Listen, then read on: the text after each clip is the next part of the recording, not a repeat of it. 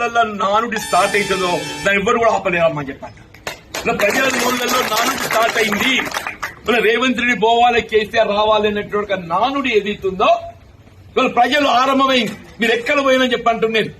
నేను గ్రామాలు పర్యటిస్తుంటే మన వసంత గారు ఎక్కడ అందరం బీఆర్ఎస్ సార్, మళ్ళీ కేసీఆర్ రావాలి సార్ అని జరిగాక నేను ఆశ్చర్యపోయిన. మరి ఇంట్లో ఎక్కడ పోయినా ఎప్పుడు కనబడలేదు. ఇప్పుడు ఏ గ్రామం ఏదైతున్నదో అరే నిజంగా చెప్పంటున్నా హరిచరణ్, ఇటువంటి ఒక వేదిక ఏర్పాటు చేసి పాత మిత్రుల కలయిక నువ్వు దేన్ని అన్న ఏమని బాబు చెప్పంటున్నా. మరి నేనేదైతుందో నాకు రాజకీయంగా ఇది ఒక నూతన అధ్యాయం అయినప్పటికీ కేసీఆర్ గారితో కలిసి ప్రయాణం చేయడం ఒక గొప్ప అనుభూతి అని చెప్పంటున్నా. కేసీఆర్ గారితో కలిసి ప్రయాణం చేసుడు ఒక గొప్ప అనుభూతి అని చెప్పండి. గతంలో వారితో కలిసి ప్రయాణం చేసిన నాకు ఆ అనుభూతి ఫలాలు నేను నెమరు వేసుకుంటా అప్పుడప్పుడు.